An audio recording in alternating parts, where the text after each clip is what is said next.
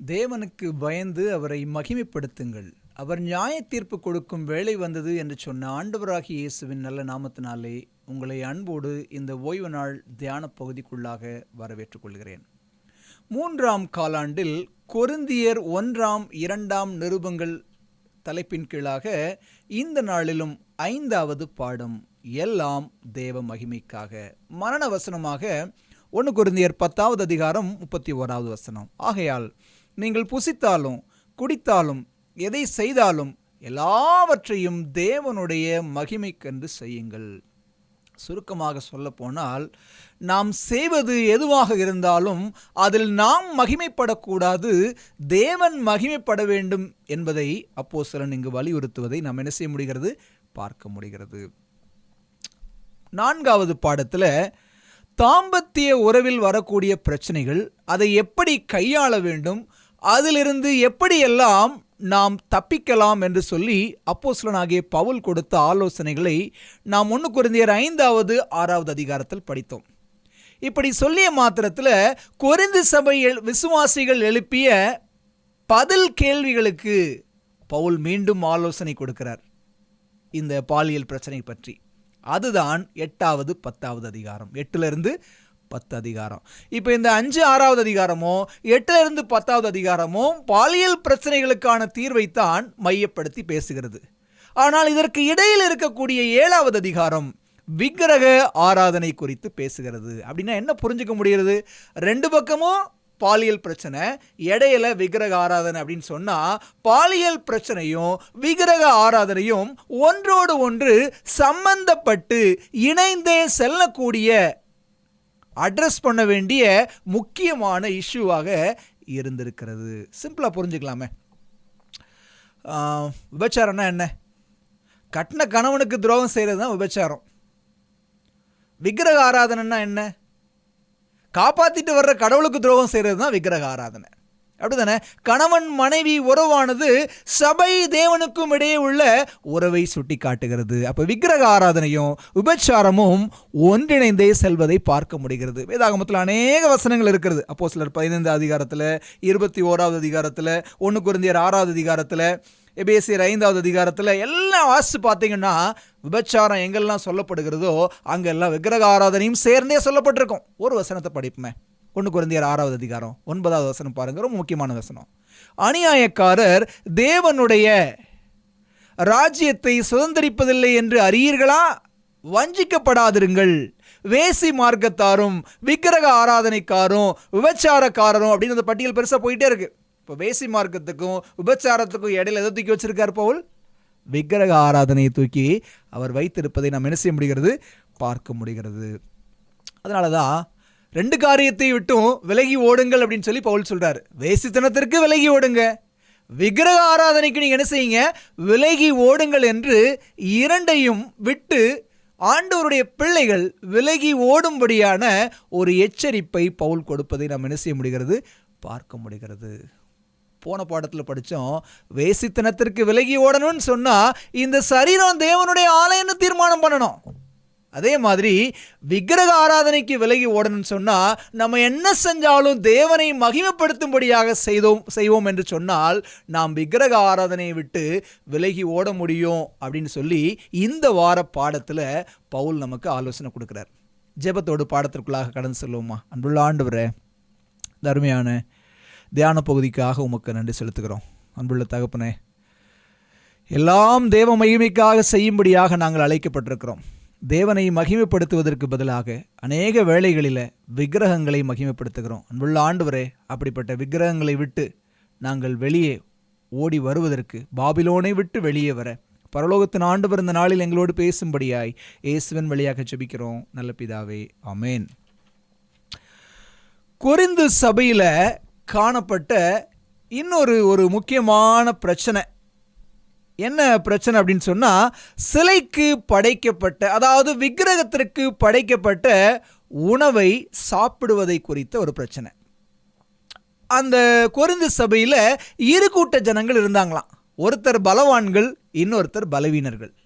இந்த பலவான்கள் யார் அப்படின்னு சொன்னால், ஆண்டவராகிய இயேசுவின் இரத்தத்தினாலே நாங்கள் விடுதலையாக்கப்பட்டிருக்கிறோம், அவர் மாத்திரமே ஒரே தெய்வம், வேறு தெய்வம் எதுவுமே கிடையாது, அதனால சிலைக்கு படைக்கப்பட்டதை சாப்பிட்றதுல எந்த விதமான தவறும் இல்லை அப்படின்னு சொன்னவங்க தான் பலவான்கள். அதே சமயத்தில் இது தவறு என்று அதை எதிர்த்தவர்கள் பலவீனர்கள். ஏன் பவுல் இவங்களை பலவீனர்கள் அப்படின்னு சொல்றாருன்னு சொன்னா, இந்த கொரிந்து சபை விசுவாசிகள் ஒரு காலத்தில் அஞ்ஞான பழக்கத்தில் இருந்தாங்க. ஆண்டவரை ஏற்றுக்கொண்ட பின்பாகவும் அந்த அஞ்ஞான பழக்கத்திலிருந்து முழுமையாக விடுதலையாகாத ஒரு கூட்ட ஜனங்களை அவர் என்னன்னு சொல்றாரு, பலவீனர்கள் என்று சொல்லுவதை நாம் என்ன செய்ய முடிகிறது, பார்க்க முடிகிறது. இப்போ என்ன அப்படின்னு சொன்னா, இந்த பலவான்கள் விக்கிரக கோயிலில் சாப்பிடலான்னு சொல்றாங்க, இந்த பலவீனர்கள் விக்கிரக கோயிலில் சாப்பிடக்கூடாது, விக்கிரகத்துக்கு படைக்கப்பட்டதை சாப்பிடக்கூடாதுன்னு சொல்றாங்க.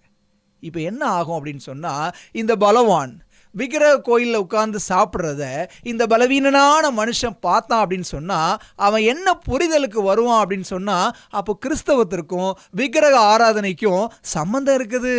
ரெண்டும் ஒன்றுக்கு ஒன்று முரண்பாடானது அல்ல, ரெண்டும் ஒன்றுக்கு ஒன்று இசைந்தது தான் அப்படின்னு சொல்லிட்டு, அப்போ கிறிஸ்தவத்தில் இருந்தான்னு அஞ்ஞானத்தில் இருந்தான்னு சொல்லி அவன் வழி விலகி போக வாய்ப்பு இருக்கிறது அப்படின்னு சொல்லி பவுல் கண்டிக்கிறார். அப்போ என்னையன்றி உனக்கு வேற தேவர்கள் உண்டாயிருக்க வேண்டாம், அவர் மாத்திரம்தான் கடவுள், அதனால என்ன வேணாலும் சாப்பிடலாம் அப்படிங்கிற ஒரு அறிவு ஒரு மமதையை உண்டாக்குகிறது. சரிங்களா? அறிவை காட்டிலும் அன்பு அவசியமாக இருக்கிறது. எனக்கு எல்லாம் தெரியும் அப்படிங்கிறத காட்டிலும் எனக்கு தெரிந்த அறிவு என் சகோதரனுடைய விசுவாசத்தை விழத்தள்ளுமானால், அந்த அறிவை விட என் சகோதரன் மீது நான் கொண்ட அன்பின் நிமித்தமாக என் சுயத்தை மறுத்து விக்கிரகத்திற்கு படைக்கப்பட்டதை நான் தவிர்ப்பது நல்லது. அதான் 1 கொரிந்தியர் 8:10 அவர் சொல்றாரு, எப்படி எனில் அறிவுள்ளவனாகிய உன்னை விக்கிரக கோயிலிலே பந்தி இருக்க ஒருவன் கண்டால் பலவீனனாயிருக்கிற அவனுடைய மனசாட்சி விக்கிரகங்களுக்கு படைக்கப்பட்டவைகளை புசிப்பதற்கு துணிவு கொள்ளும் அல்லவா அப்படின்னு அவர் சொல்வதை பார்க்க முடிகிறது. அப்போஸ்தலனாகிய பவுல் அறிவை தீமைன்னு சொல்லலை, அறிந்து கொள்வது நல்லதுதான். ஆனால் அந்த அறிவு எனக்கு அகந்தையை உண்டாக்கி அது நிமித்தமாக சபைக்குள்ளே பிரிவினையை உருவாக்கும் சொன்னா, அன்பில்லாத அந்த அறிவு தவறானது அப்படின்னு சொல்லி அவர் கண்டிப்பதை பார்க்க முடிகிறது. உண்மையான அறிவு என்ன அப்படின்னு சொன்னா, ஆண்டவரை நாம் நேசிக்கும் பொழுது, அவரால் நாம் அறியப்படும் பொழுதுதான் உண்மையான அறிவு பிறக்கிறது. 1 கொரிந்தியர் 8:3 அதை தான் சொல்லுது, தேவனில் அன்பு கூறுகிறவன் எவனோ அவன் தேவனால் அறியப்பட்டிருக்கிறான். உண்மையாகவே நான் தேவனை நேசிக்கும் பொழுது நான் அறிந்திருக்கிற அறிவு என் சகோதரனையும் நேசிக்கும்படியாக செய்யும். அந்த அறிவின் அடிப்படையில் என் சகோதரனை நான் நேசிப்பேன் என்று சொன்னால் அவன் விழுந்து போவதற்கு ஏதுவான ஒரு காரியத்தை செய்ய மாட்டேன்.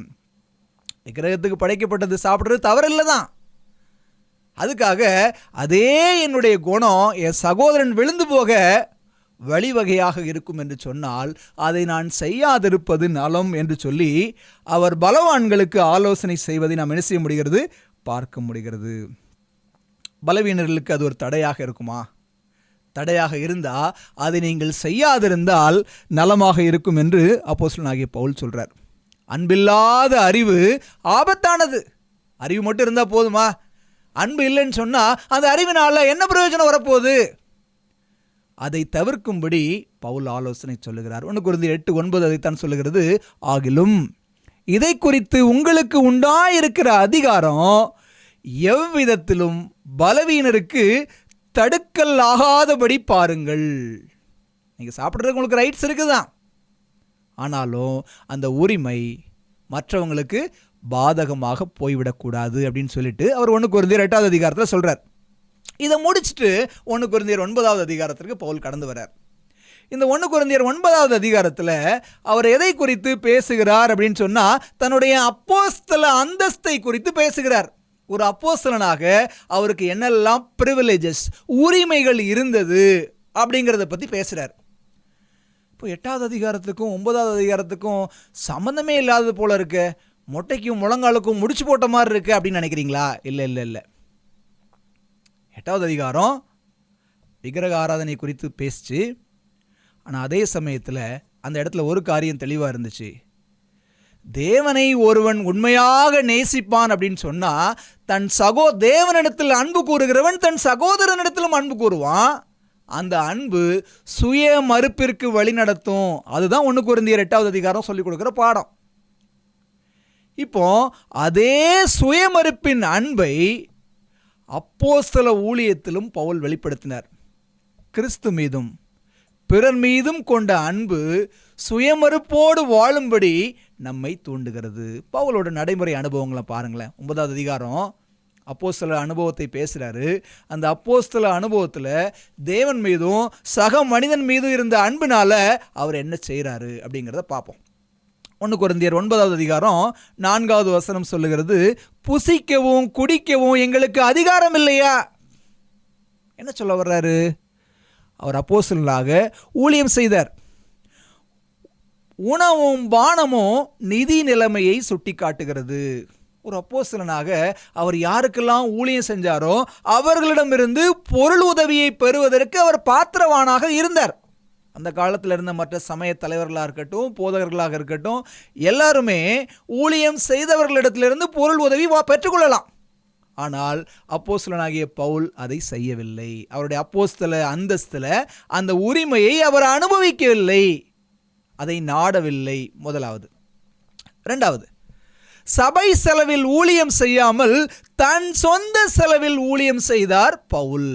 1 கொரிந்தியர் 9:5 படிக்கிறோம், மற்ற அப்போஸ்தலரும் கர்த்தருடைய சகோதரரும் கேபாவும் செய்கிறது போல மனைவியாகிய ஒரு சகோதரியை கூட்டிக் கொண்டு திரிய எங்களுக்கு அதிகாரம் இல்லையா? அவர் கேட்குறாரு, கேள்வி கேட்குறாரு. என்ன சொல்ல வர்றாரு அப்படின்னு சொன்னால், அந்த காலத்தில் திருமணமான ஒரு அப்போஸ்தலன் தன்னுடைய சபை செலவில் தன்னுடைய மனைவியையும் கூட்டிட்டு ஜோடியாக 2 பேரும் சேர்ந்து ஊழியம் செய்யலாம். அவங்களுக்கான ஊழிய செலவை சபை கொடுத்தது. ஆனால் நான் அப்படி செய்யலை. நான் ஒரு சகோதரியும் திருமணம் பண்ணலை.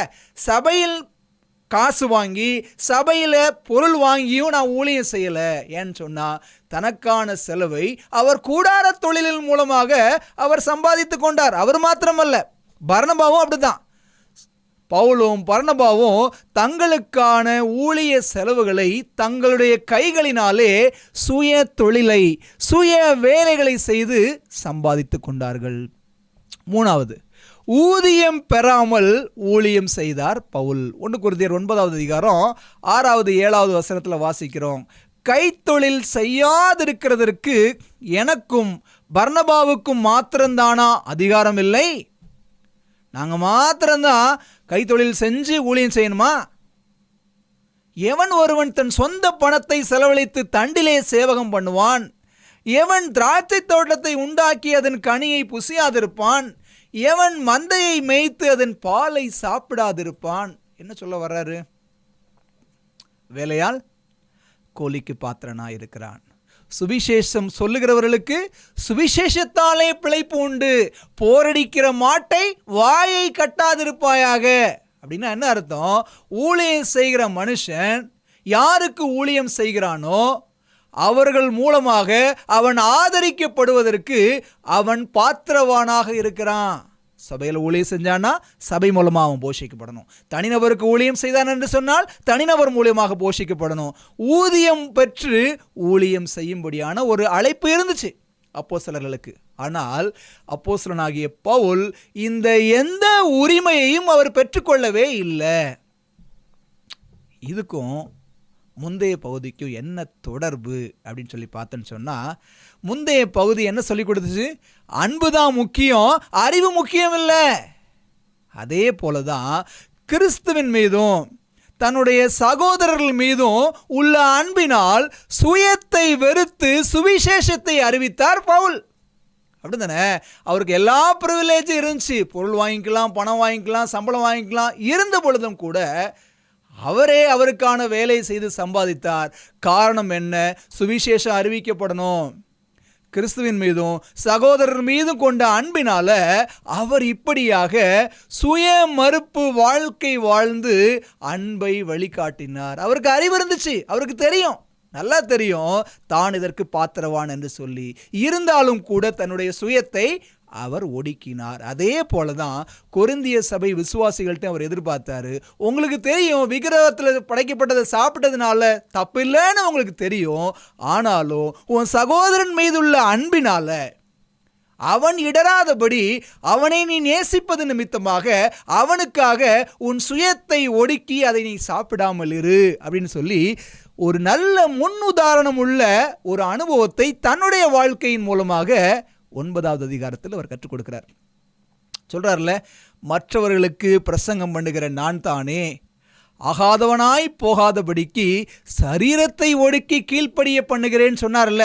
சரீரத்தை ஒடுக்கி கீழ்ப்படிய பண்ணின பவுல் கிறிஸ்துவின் வழியில் கொரிந்தியருக்கு நல்ல ஒரு முன் உதாரணமாக இருக்கிறார்.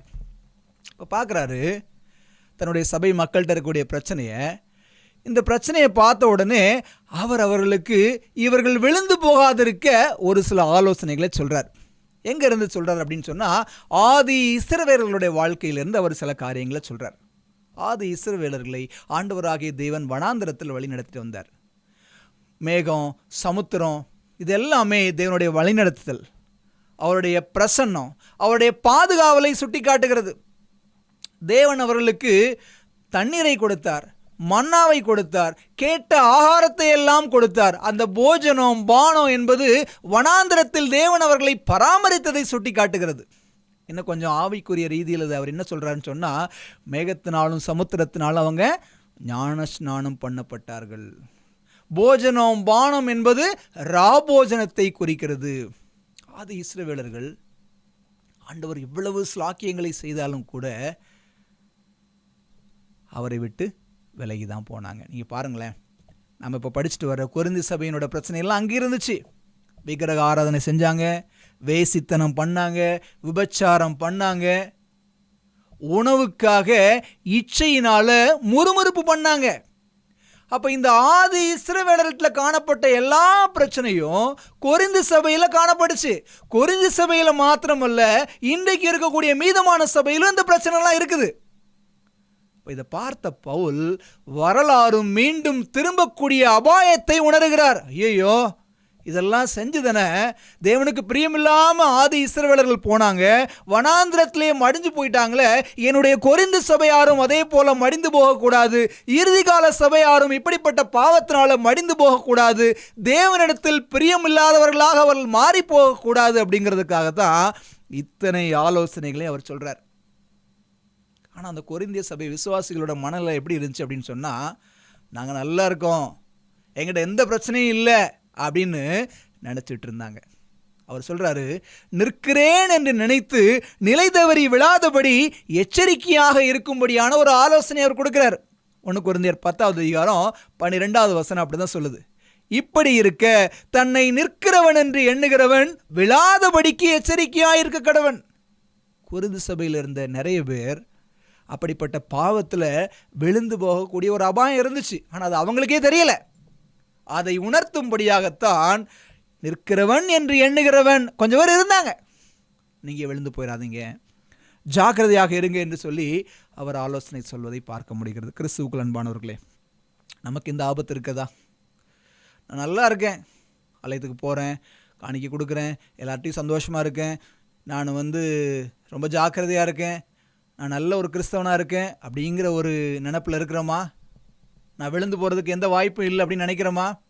ஆதி இஸ்ரவேலர், கொரிந்து சபை விசுவாசிகள், நாம் எல்லோருக்குள்ளும் அதே பாவ பிரச்சனை, வேசித்தனம், விபச்சாரம், பொருளாசை, உணவு சார்ந்த பிரச்சனைன்னு சொல்லி வரலாறு திரும்பக்கூடிய ஆபத்து இருக்கிறது.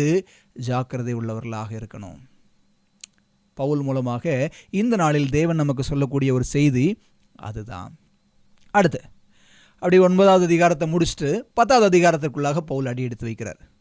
மறுபடியும் இந்த விக்கிரகங்களுக்கு படைக்கப்பட்ட அந்த உணவு சம்பந்தமான பிரச்சனையை இன்னொரு கோணத்தில் அவர் சொல்வதை பார்க்க முடிகிறது.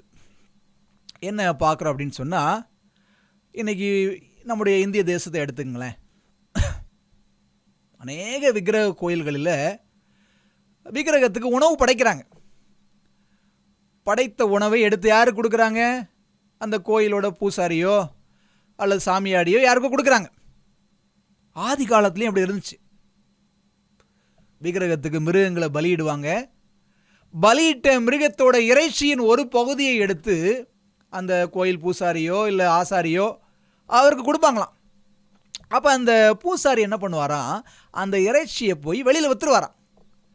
அப்படி அவர் வெளியே விற்கக்கூடிய இறைச்சி சில சமயங்களில் மார்க்கெட்டுக்கும் வருமா, பொதுவான சந்தைக்கு வருமா. அப்போ பொதுவான சந்தையில் இது கோயிலில் வெட்டின கறி, இது நாங்கள் வெட்டின கறின்னு தனித்தையெல்லாம் பிரித்து வைக்க மாட்டாங்க, எல்லாத்தையும் சேர்த்து தான் வச்சுருப்பாங்க. இப்படிப்பட்ட மாம்சத்தை கிறிஸ்தவர்கள் வாங்கி புசிக்கலாமா அப்படின்னு சொன்னால் புசிப்பதற்கான ஒரு அனுமதி இருந்தது. ஏன் அப்படின்னு சொன்னால் விக்கிரகம் ஒரு பொருளே கிடையாது. அதனால் அந்த மாம்சத்தை நீ கடையில் போய் வாங்கலாம், அதை வாங்கிட்டு வந்து நீ வீட்லேயும் புசிக்கலாம் என்கிற ஒரு அனுமதி இருந்தது. ஆனால் ஒரு காரியத்தை தடை செய்தாங்க. என்ன தடை செய்தாங்க அப்படின்னு சொன்னால், அந்த அஞ்ஞான புறஜாதி மார்க்கத்தாருடைய கோயிலுக்குள் போவதும் அவர்களுடைய பூஜையிலோ அல்லது ஆராதனைகளிலோ பங்கேற்பதும் தடை செய்யப்பட்டிருந்துச்சு. ஏன் அப்படின்னு சொன்னால், தேவனுடைய பந்தியில் இணைந்திருக்கக்கூடிய ஒரு மனிதன் விக்கிரக கோயிலோட பந்தியில் எப்படி இணையலாம்? கர்த்தருடைய ராபோஜத்தில் இணைகிறோம் அப்படின்னு சொன்னால் தேவனோடு இணையக்கூடிய உறவு.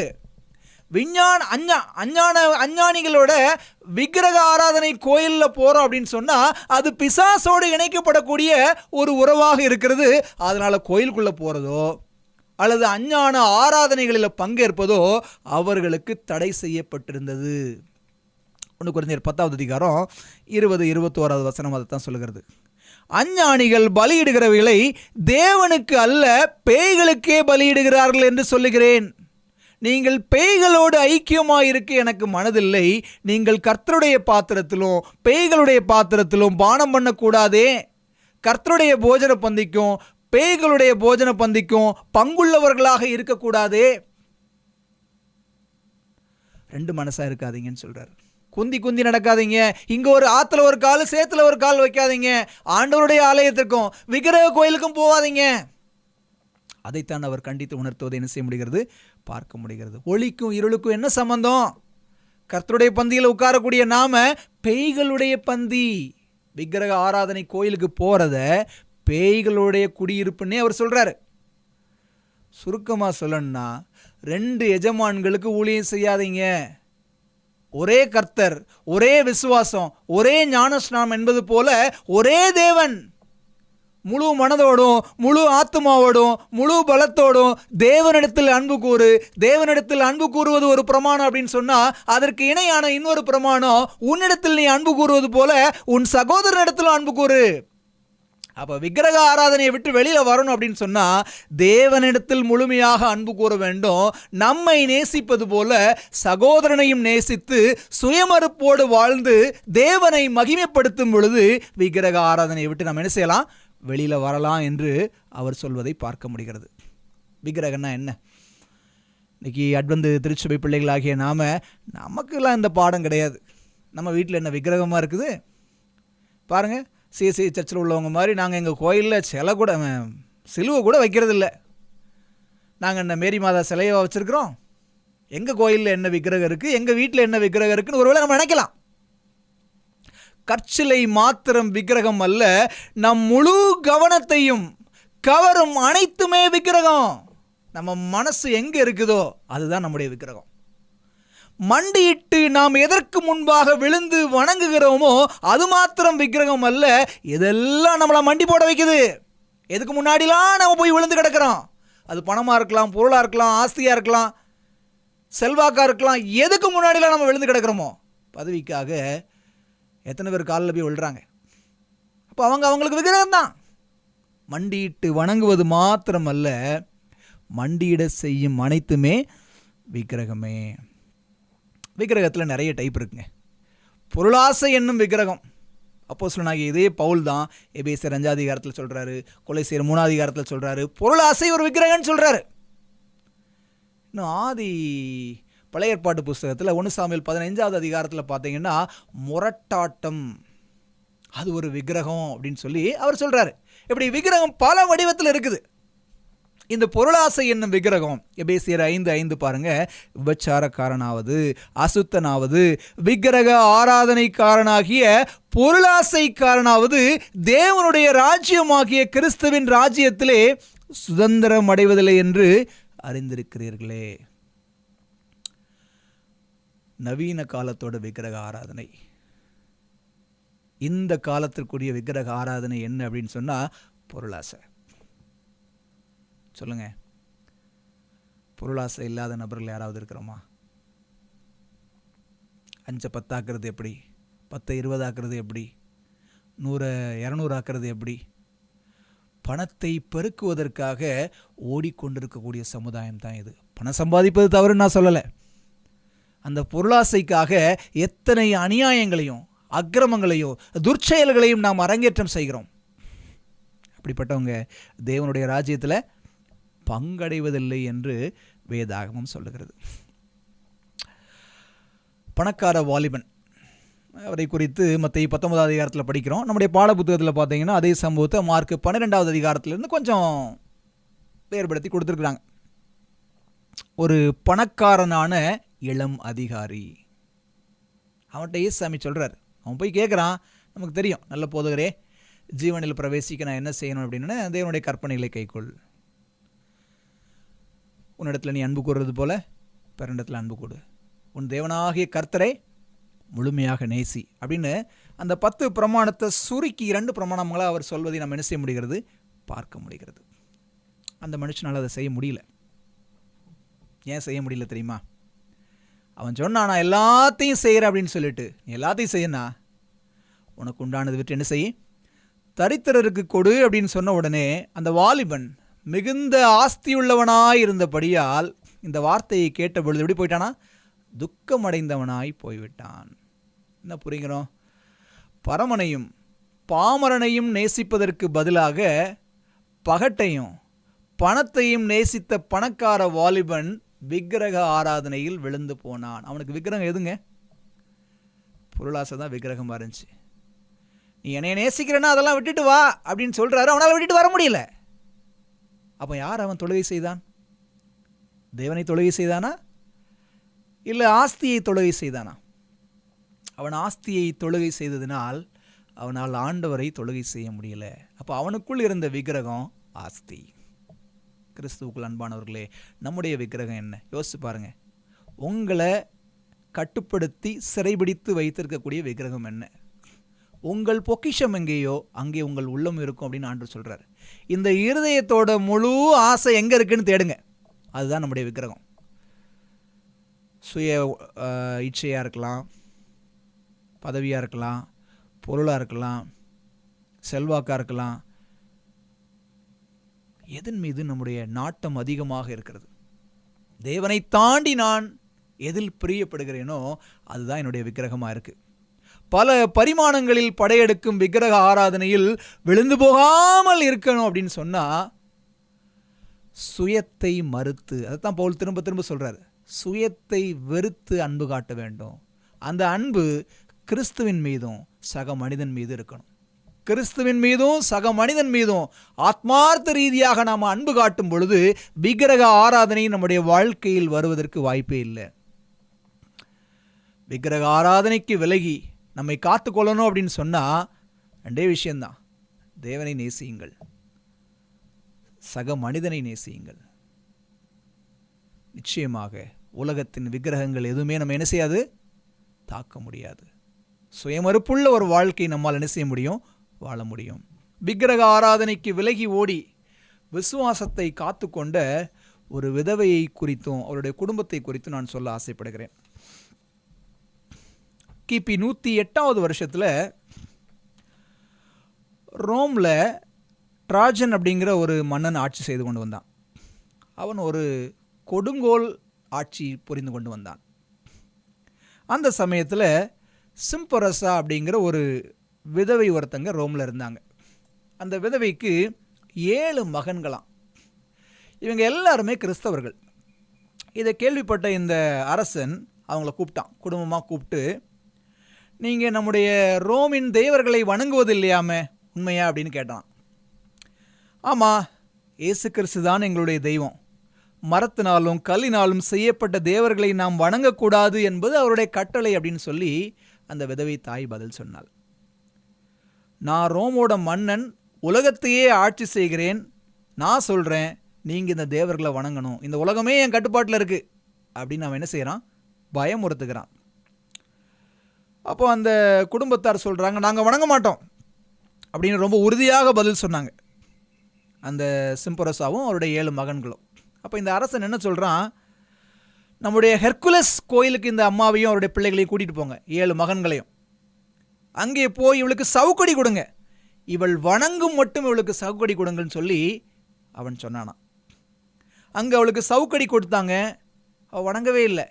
அவரோட என்ன பண்ணாங்களாம், அந்த தாயாரோட முடியில் கயிறை கட்டி மேலே தொங்க விட்டாங்க. ஆனாலும் அந்த அம்மா அந்த சித்திரவதையும் தாங்கிக்கிட்டு வணங்கலை. கடைசி அந்த அம்மாவோட கழுத்தில் கல்லை கட்டி அவரை ஆற்றுக்குள்ளே தூக்கி போட்டாங்களாம். அந்த அம்மா தன் இறுதி மூச்சு போகும் வரை விக்கிரகத்தை வணங்கலை. அவருடைய 7 மகன்களையும் வாளால் வெட்டி கொலை செய்தாங்க. தங்களுடைய கடைசி சொட்டு ரத்தம் பூமியில் சிந்தும் வரை, சுவாசம் பிரியும் வரை அந்த 7 மகன்களும் விக்கிரகத்தை வணங்கவே இல்லை அப்படின்னு சொல்லி ஒரு குடும்பத்தின் சரித்திரம். விசுவாசத்தை காத்து கொண்ட விதவை. கிறிஸ்துவுக்குள் அன்பானவர்களே, இந்த நாட்களில் நமக்கு முன்னாடி சிலைங்கிற ஒரு விக்கிரகம் இல்லாமல் இருக்கலாம். ஆனால் பணம், பதவி, பொருளாசை, இச்சை என்று அநேக விக்கிரகங்கள் இருக்கிறது. இந்த விக்கிரகத்திற்கு நாம் இன்றைக்கு விலகி ஓடினால்தான் இறுதி காலத்தில் காயப்பட்டு பிழைத்த மிருகத்திற்கு ஒரு சொரூபம் பண்ணும்படியாக இதே ரோம சாம்ராஜ்யம் பின்னாடி எழும்பும். அன்றைக்கு ஒரு விக்கிரகம் ஸ்தாபிக்கப்படும், 1ஆம் நாள் ஓய்வு நாள்ங்கிற விக்கிரகம் ஸ்தாபிக்கப்படும். அந்த விக்கிரக ஆராதனைக்கு விலகி ஓடணும் அப்படின்னு சொன்னால் இன்றைக்கு நமக்கு முன்பாக வைக்கப்பட்டிருக்கிற விக்கிரகத்திலிருந்து நாம் ஓடணும். கிறிஸ்துவுக்குள் அன்பானவர்களே, விக்கிரகம் இருக்குதா? நம்ம வீட்டில் பூஜை ரூம் இருக்குதா? தப்பாக எடுத்துக்காதீங்க. பூஜை ரூம் உடனே இந்துக்களோட வைக்கக்கூடிய பூஜை ரூம் நான் சொல்ல வரல. நம்ம வீட்டில் ஒரு பூஜை ரூம் இருக்குதா? அந்த பூஜை ரூமுக்குள்ளே நாம் கதவை பூட்டி தூபம் காட்டி ஆராதனை செய்யக்கூடிய விக்கிரகம் எது அப்படிங்கிறத ஜெபத்தோடு கண்டுபிடிங்க. அந்த விக்கிரக ஆராதனையை விட்டு, பாபிலோனை விட்டு வெளியே வாங்க. இந்த நாளோட ஓய்வு நாள் பள்ளி பாடம் நமக்கு கற்றுத்தரக்கூடிய பார்வையை திரும்ப பார்ப்போம். முதல்ல பார்த்தோம், நம்முடைய அறிவு அன்பு காட்டணும், அரவணைக்கணுமே தவிர ஆபத்தை கொண்டு வரக்கூடாது. சில விக்கிரகங்களுக்கு படைக்கப்பட்ட சாப்பாடை சாப்பிட்றது நிமித்தமாக அறிவு இருந்துச்சு. அந்த அறிவு ஆபத்தை கொண்டு வரக்கூடாது. சகோதரன், வலிவு போகக்கூடிய ஆபத்தை கொண்டு வரக்கூடாது. ஊதியமின்றி ஊழியம் செய்திருக்கிறீர்களா? கிறிஸ்துவுக்குள் அன்பானவர்களே, எந்த பிரதிபலனையும் பாராமல் கிறிஸ்துவுக்காக சுயமறுப்போடு பவுலை போல ஊழியம் செய்ய முடிகிறதா? ஆதி இஸ்ரவேலருடைய வரலாறு கொரிந்து சபையில் திரும்புவதை பவுல் பார்த்தார். இன்றைக்கு அதே வரலாறு, விக்கிரக ஆராதனை, வேசித்தனம், உபச்சாரம், சாப்பாட்டில் பிரச்சனை, இதெல்லாம் இன்றைக்கு நம்முடைய வாழ்க்கையிலும் அதே வரலாறு திரும்புகிறதா? யோசித்து பாருங்கள். 2 எஜமான்களுக்கு ஊழியம் செய்கிறோமா? விக்கிரக கோயிலில் ஒரு தரிசனம், தேவனுடைய கோயிலில் ஒரு தரிசனம். 2 எஜமான்களுக்கு ஊழியம் செய்கிறோமா? நம்முடைய விக்கிரகம் எல்லாத்துக்கும் மேலே சுயம். இந்த சுயம் என்னும் விக்கிரகத்தை சுட்டரிக்க ஆயத்தமாக இருக்கிறோமா என்கிற சிந்தையோடு தேவனுடைய சமூகத்தில் ஒப்புக் கொடுப்போம். கர்த்தர் நம் ஒருவரையும் ஆசீர்வதித்து வழி நடத்துவாராக. ஜெபிப்போமா. அன்புள்ள ஆண்டவரே, எல்லாம் தேவ மகிமைக்காக எங்களுடைய சரீரம், எங்களுடைய வாழ்வு எல்லாமே தேவனை மகிமைப்படுத்தும்படியாக நீர் சிருஷ்டித்திருக்கிறீர் ஐயா. தேவனுக்கு பயந்து அவரை மகிமைப்படுத்துங்கள். அவர் நியாய தீர்ப்பு கொடுக்கும் வேளை வந்தது என்று படிக்கிறோமே. உள்ள ஆண்டவரே, இந்த சரீரத்தினால் நாங்கள் தேவனை மகிமைப்படுத்த வேண்டுமானால் தேவனை முதலாவது நாங்கள் முழு மனதோடு நேசிக்கணும். எங்களை நேசிப்பது போல என் சக மனிதனையும் நான் நேசிக்கணும். அப்படி நேசிக்கும் பொழுது எங்களுடைய வாழ்க்கையில் நிச்சயமாக விக்கிரக ஆராதனையிலிருந்து நாங்கள் வெளியே வர முடியும் என்று கற்றுக்கொண்டோம். அன்புள்ள ஆண்டவரே, ஜெபத்தோடு எங்களுடைய வாழ்க்கையில் எங்களை ஆக்கிரமித்துள்ள விக்கிரகம் எது என்பதை கண்டுகொண்டு அதிலிருந்து வெளியே வந்து தேவனை மாத்திரம் முழுமையாக சேவிக்கவும் நேசிக்கவும் பரலோகத்தின் ஆண்டவர் எங்களுக்கு உதவி செய்யும்படியாய் இயேசுவின் வழியாக ஜெபிக்கிறோம் நல்ல பிதாவே, ஆமேன். கர்த்தர் உங்கள் அனைவரையும் ஆசீர்வதிப்பாராக.